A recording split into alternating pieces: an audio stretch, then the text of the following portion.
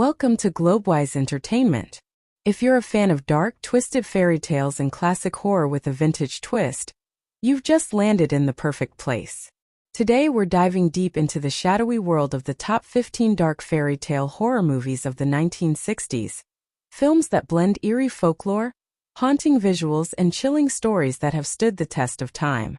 If you haven't subscribed to Globewise Entertainment yet, hit that subscribe button right now so you never miss out on our deep dives into Hollywood's darkest gems, cult classics, and cinematic mysteries. Now, before we jump into the shadows, tell us in the comment box, which dark fairy tale horror movie from the 60s is your favorite? We'd love to hear your pick. Alright, let's get started and explore the haunting magic of these unforgettable films. 1. Black Sunday 1960. A Gothic fairy tale of vengeance and blood. Long ago, in the fog-shrouded forests of Moldavia, a cruel and beautiful witch named Princess Asa Vida was condemned for practicing the dark arts. Betrayed by her own brother, she was tied to a wooden stake, a spiked mask hammered onto her face, a mask of Satan, and burned alive. As the flames devoured her, she cursed her family line and vowed to return someday. 2 centuries passed. The ancient crypt, overgrown and forgotten, lay still. But fate had other plans. One stormy night, 2 travelers, a doctor and his assistant, wandered into the ruins of the Vida family estate. There, in a hidden chamber, they found Asa's tomb. Curiosity gave way to dread when a drop of blood accidentally spilled onto her corpse and awakened the sleeping evil. Asa rose. Cold, seductive, and terrifying, she emerged from the grave, her beauty haunting and her purpose clear: revenge. But this was no ordinary tale of resurrection. Asa sought not just vengeance, she wanted eternal youth and immortality, and she would take it from the living. Her target? Princess Katia, her own descendant, a pure-hearted woman who looked exactly like Asa in her prime. Asa intended to steal her soul, her life, and her face. As night fell across the Moldavian countryside, shadows grew long. Ghostly figures prowled castle halls. The dead whispered from their graves. Asa's black magic twisted the innocent and lured the weak. But within Katia burned a quiet strength, and with the help of a brave young doctor, she would face the ancient evil threatening to consume her. In the end, evil was set aflame again. But the mask of Satan never truly disappears. Black Sunday, directed by Mario Bava, is a chilling fairy tale wrapped in Gothic elegance. A tale of cursed bloodlines, mirror image souls, and vengeance from beyond the grave. 2.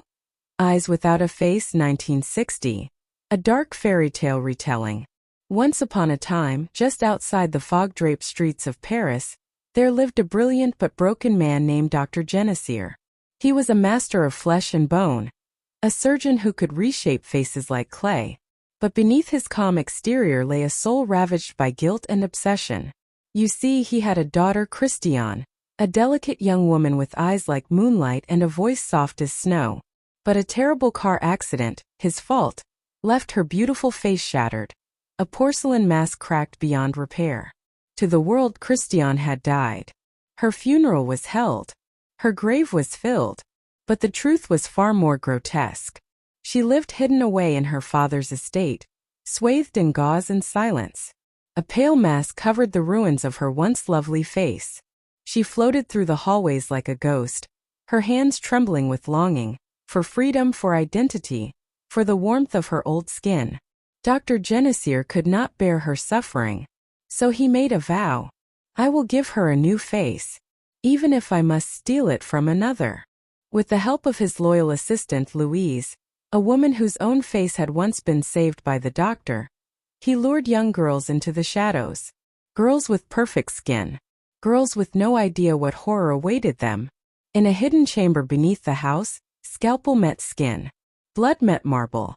The doctor worked tirelessly, transplanting the stolen faces onto his daughter. But the grafts never held. The skin died. The dream faded. And the mask returned. Christiane, once innocent and full of hope, watched helplessly as more girls disappeared. Her prison of kindness became a palace of death. Her father, the great healer, had become a monster dressed in surgical white. At last, something inside her broke. She found herself wandering the house with a scalpel in hand, barefoot, silent as snowfall. When Louise approached her with soothing words and false comfort, Christiane plunged the blade into her, ending the madness in one silent scream.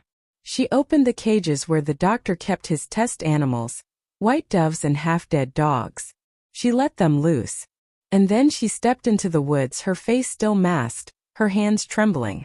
She walked into the night, surrounded by doves, vanishing into the dark fairy tale she had been forced to live.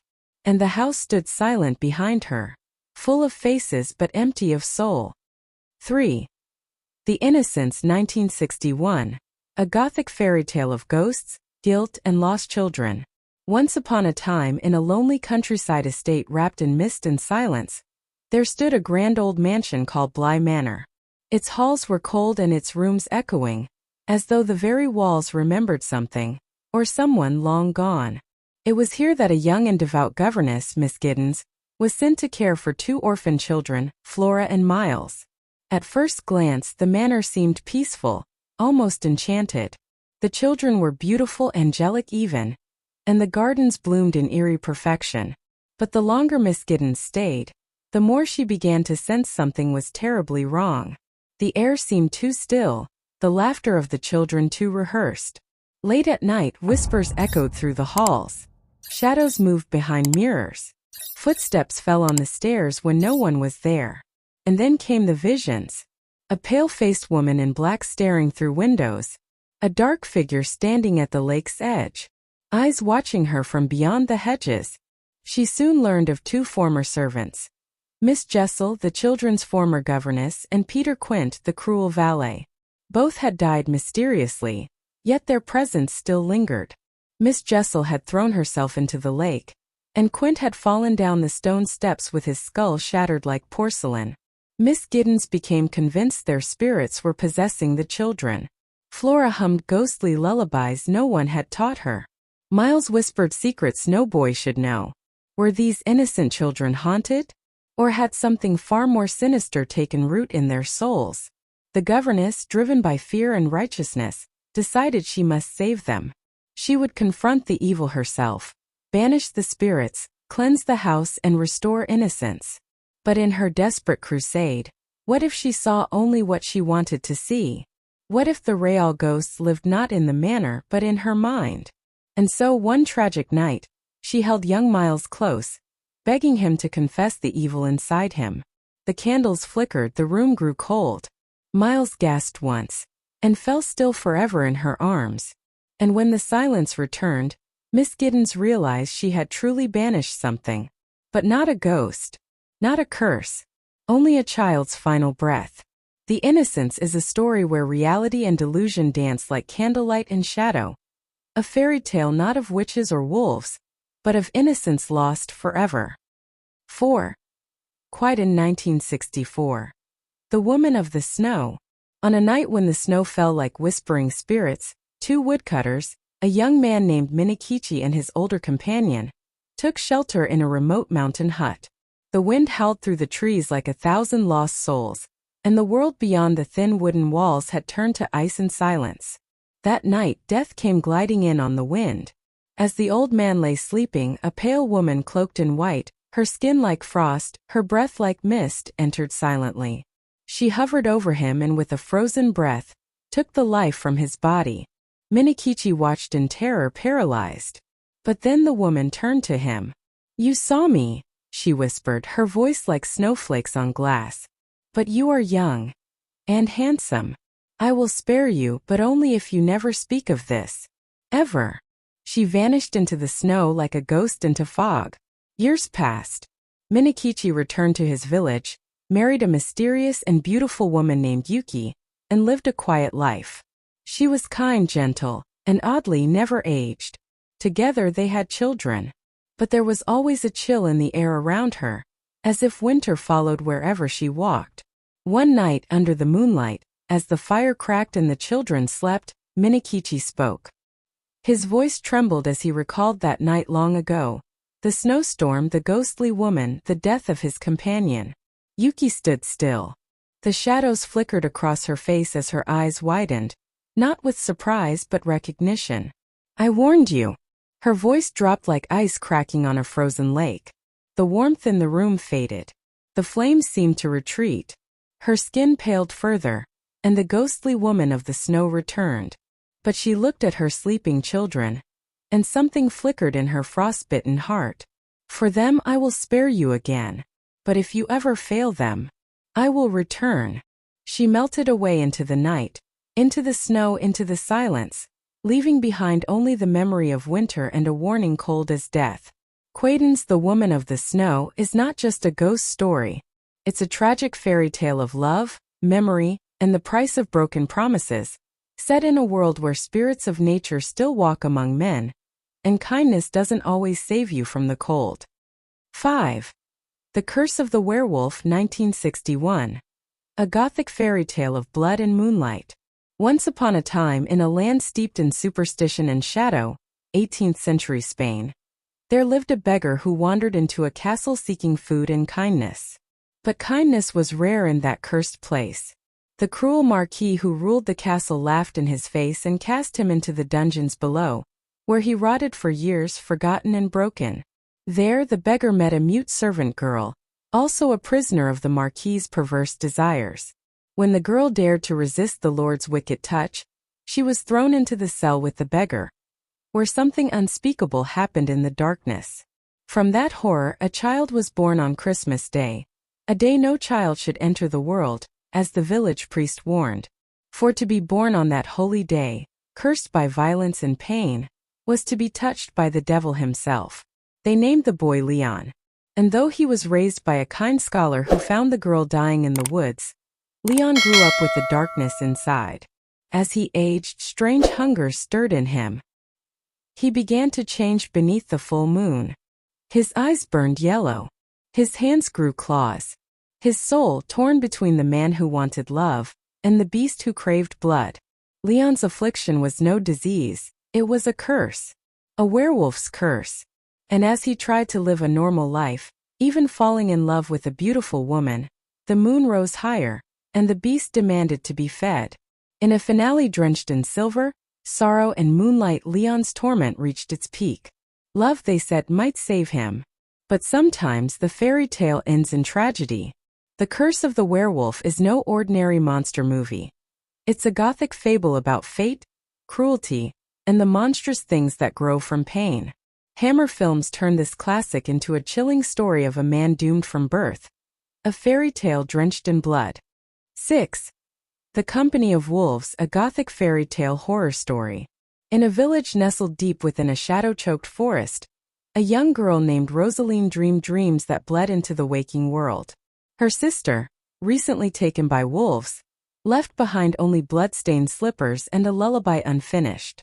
But Rosaline, curious and unafraid, roamed the woods in dreams and tales, where warnings were whispered like wind through thorns. Her grandmother, a wrinkled crone with eyes sharp as a raven's claw, spun chilling yarns as she stitched red wool.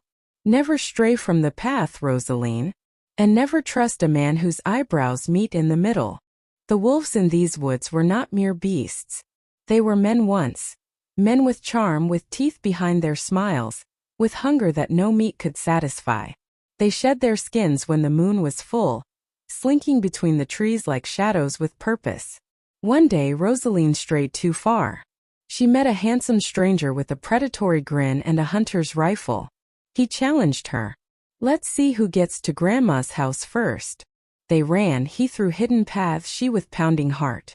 But when Rosaline arrived, her grandmother's home was eerily still. No soup on the hearth. No rocking chair creak. Only the man waiting transformed. "What big teeth you have," Rosaline whispered. And then she did not scream. She stayed. Because Rosaline too had teeth. Cinematic style, as if made in the 1960s. Filmed in shadowy studio forests with painted backdrops and dry ice fog. Color palette: crimson cloaks, ashen branches and silver moonlight. Visual motifs: shifting shadows, wax-dripping candles, slow zooms on faces as fangs erupt from mouths. Score: melancholic strings, eerie lullabies and heartbeat-like drums. 7. The Tales of Hoffman, 1951. A sinister storybook of broken love. Once upon a midnight stage in a candlelit tavern lost in time, a poet named Hoffman sat drowning in absinthe and regret.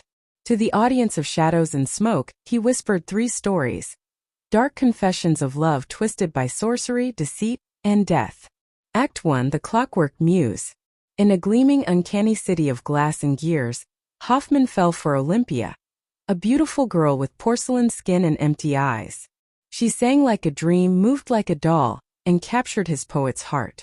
But Olympia was no girl, only a clockwork creation of a cruel inventor. Hoffman, blinded by artifice, danced with her under chandeliers until her gears stuttered, and her body collapsed in sparks and shattered limbs. Love had turned to mockery. The muse had no soul, and the poet, no heart left to break. Act 2: The Poisoned Songbird. In a Venetian carnival drenched in decadence, Hoffman was seduced by Giulietta, a courtesan with laughter like bells and a kiss that stole souls. She danced through masks and mirrors, under the spell of a sinister magician who fed on human spirits. Giulietta, greedy and lovely, took Hoffman's reflection, his very identity, and left him a hollow man.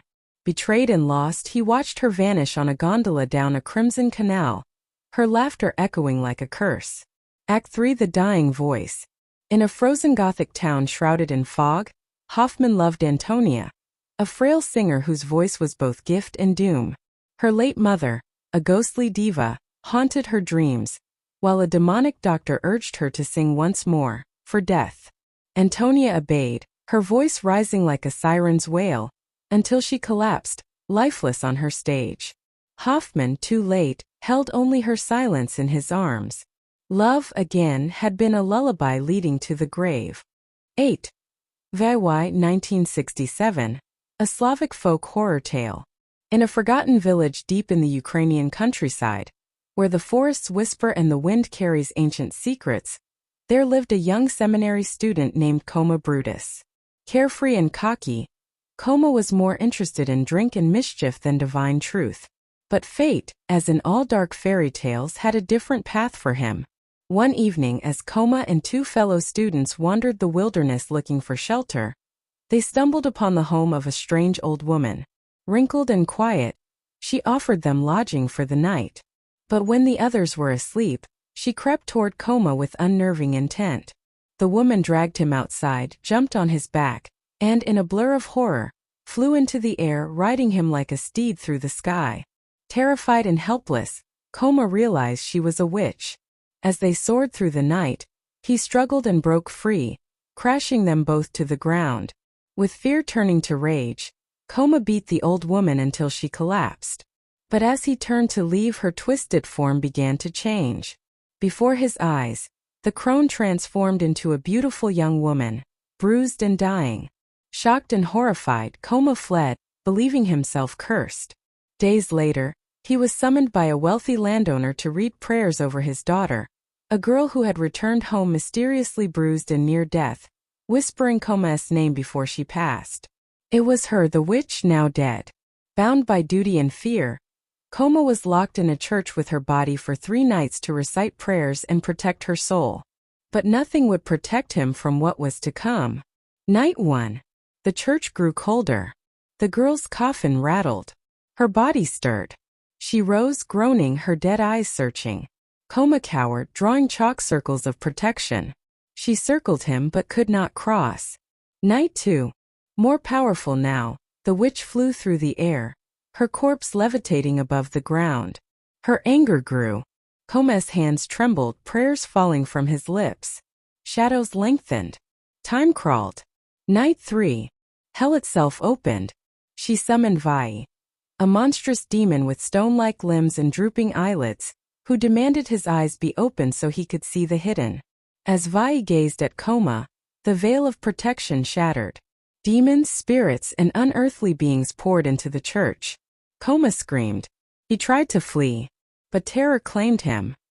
His heart failed before the light of dawn. When the villagers opened the church, they found him dead, wide-eyed in horror, surrounded by the lingering scent of sulfur and sorrow. No one dared speak the name Vai again. 9. The Cabinet of Caligari, 1962.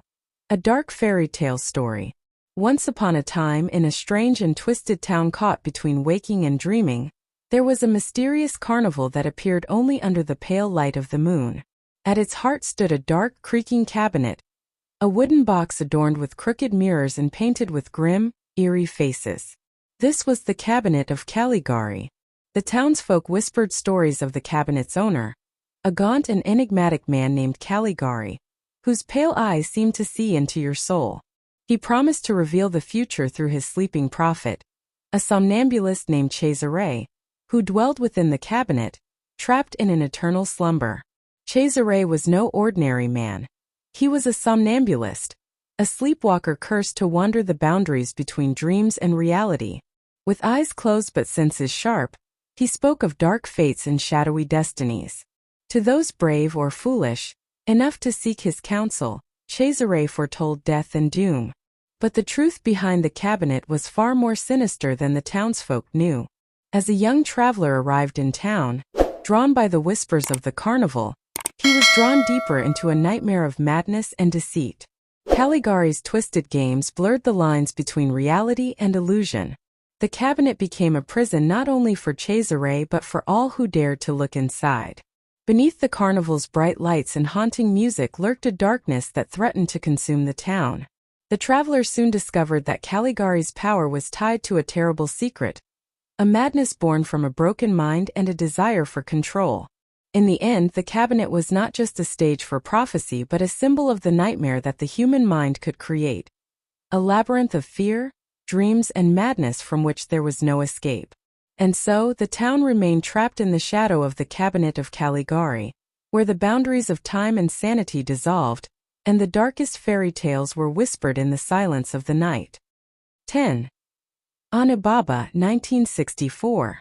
Set during the chaotic backdrop of feudal Japan's civil wars, Onibaba is a haunting tale that blends folklore, survival, and supernatural terror in a deeply unsettling fairy tale style.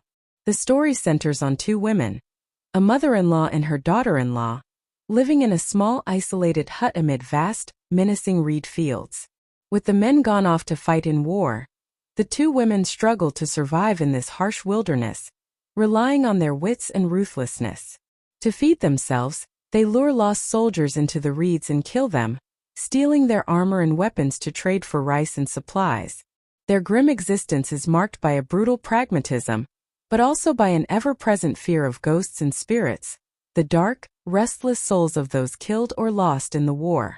The atmosphere becomes eerily surreal when the daughter-in-law, who longs for a life beyond the bloodshed, encounters a mysterious samurai warrior. She begins to hope for love and escape, but her mother-in-law's jealousy and suspicion ignite a dark conflict. The mother-in-law, haunted by guilt and rage, dons a terrifying demon mask to stalk the daughter-in-law through the reeds. As the story unfolds, the boundaries between the living and the supernatural blur.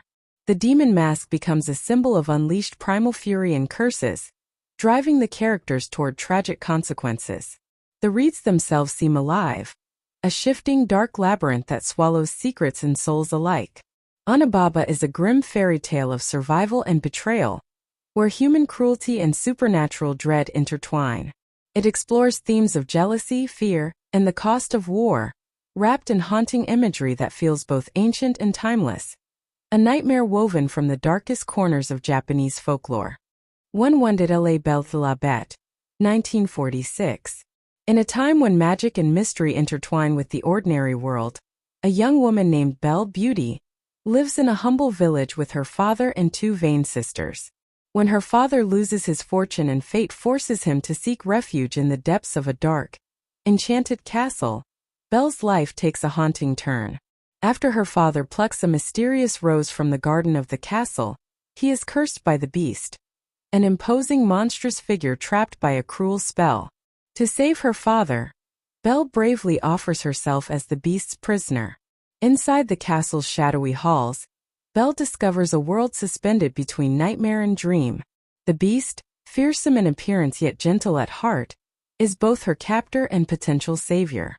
As days turn to nights filled with silent dances, magical mirrors, and whispering shadows, Belle is drawn into the beast's tragic story, a prince cursed by pride and the cruelty of fate. Amid flickering candlelight and surreal, poetic imagery, the line between fear and love blurs. Belle's kindness and courage awaken the humanity hidden beneath the beast's terrifying exterior. But will her compassion be enough to break the spell before darkness consumes them both? Why this film stands out. Jean Cocteau's La Belle et la Bête is more than a fairy tale. It's a hauntingly beautiful exploration of love's power to redeem and transform. With its dreamlike atmosphere, exquisite black-and-white cinematography, and surreal theatrical sets, the film feels like stepping into a Gothic poem where every shadow whispers secrets and every glance holds magic. This film's revival in the 1960s brought renewed fascination with its blend of fantasy, horror, and artistry, cementing it as a timeless masterpiece of dark fairy tale cinema. 12. The Witch's Mirror, 1962, Mexico.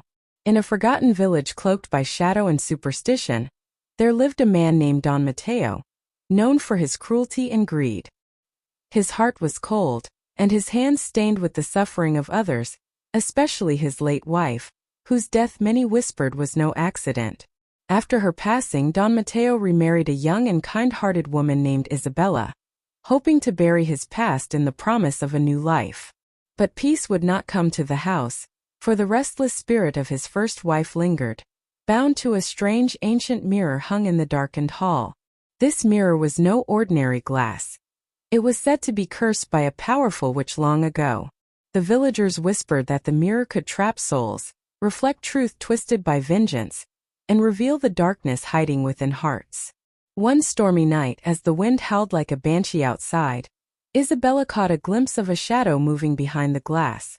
A pale woman with hollow eyes and a bitter smile.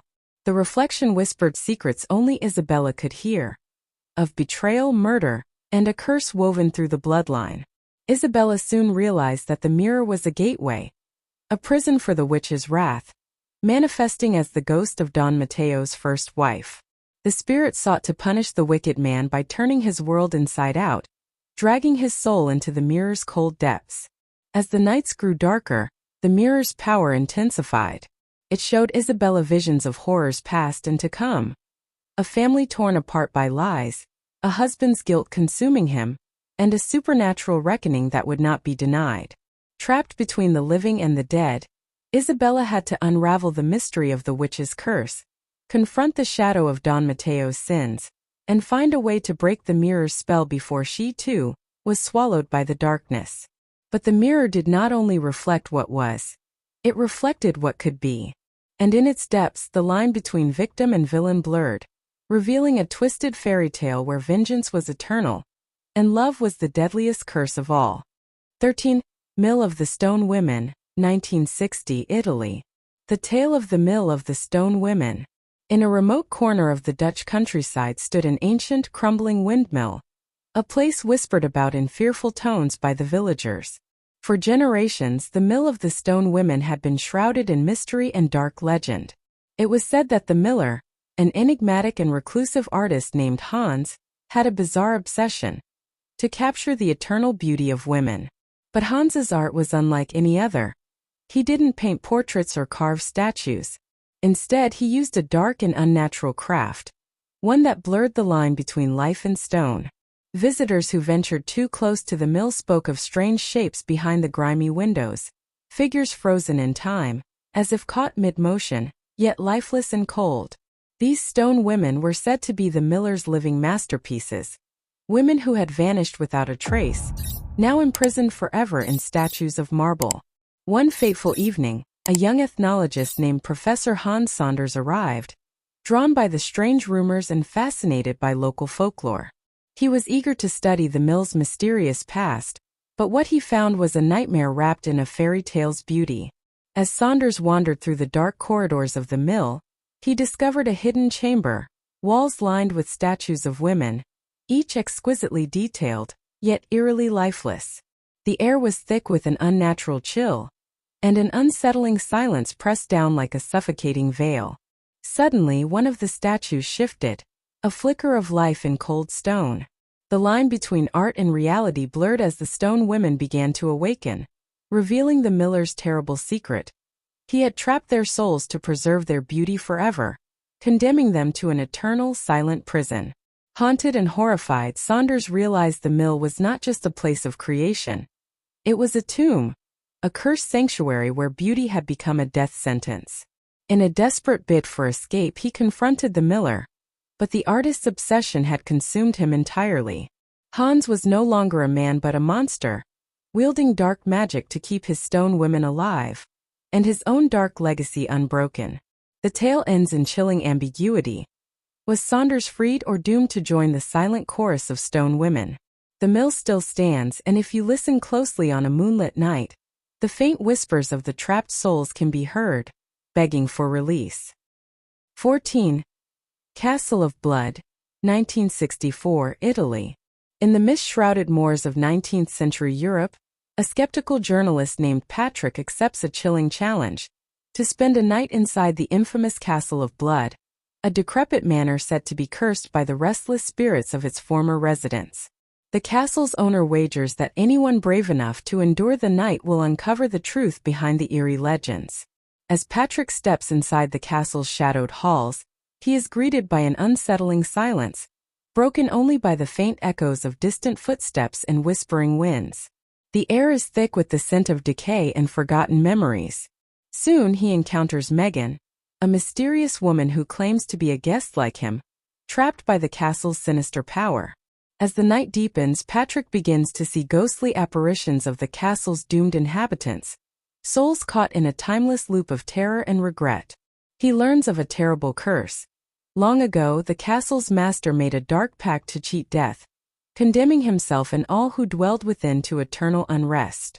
The ghosts, with hollow eyes and pale faces, replay their final moments, revealing tales of betrayal, murder, and unending sorrow.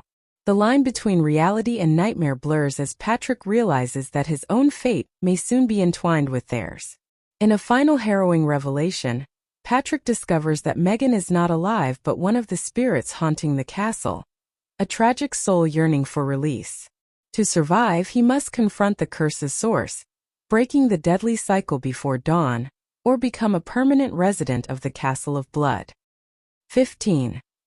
The Sadus with Red Teeth, 1969, France. In a shadow-drenched village where the sun seldom breaks through the thick, choking fog, a legend haunts the whispering woods: the Sadus with red teeth. They say he's not entirely human, a cursed creature born from the darkest nightmares, a vampire whose hunger is matched only by his cruelty. Our tale follows Eloise, a young woman marked by fate and curiosity. One night, drawn by a strange, almost hypnotic song, she ventures into the heart of the forest. There, beneath twisted trees and amidst rotting leaves, she encounters the sadist, a pale figure with eyes like burning coals and teeth stained crimson from his countless victims. But this is no ordinary monster. He toys with his prey like a wicked puppeteer, weaving a sinister game of seduction and terror. Each encounter blurs the lines between nightmare and reality, as Eloise struggles to resist his grip. The forest itself seems alive, whispering secrets and dark promises in her ears. As the villagers vanish one by one, swallowed by the shadows, Eloise must confront the terrifying truth. To escape the sadist's grasp, she must unlock the ancient curse binding him. A curse born not from magic alone, but from human cruelty and despair. In this twisted fairy tale, blood is the ink with which fate is written, and the only escape is through the fire of redemption, if such a thing even exists. Thanks for joining us on this haunting journey through the darkest fairy tale horrors of the 1960s. These films remind us how folklore and nightmares can blend into unforgettable cinema, where beauty meets terror in the most chilling ways. If you haven't subscribed to Globewise Entertainment yet, now's the perfect time. Hit that subscribe button and ring the bell, so you never miss our deep dives into the mysterious and magical world of movies. Now we want to hear from you. Which of these dark fairy tale horror films captured your imagination the most? Or is there a hidden gem from the 60s we missed? Drop your favorite movie in the comments below and let's talk all things creepy, eerie, and unforgettable. Until next time, keep your lights low and your popcorn close, because Globewise Entertainment is where the shadows come alive.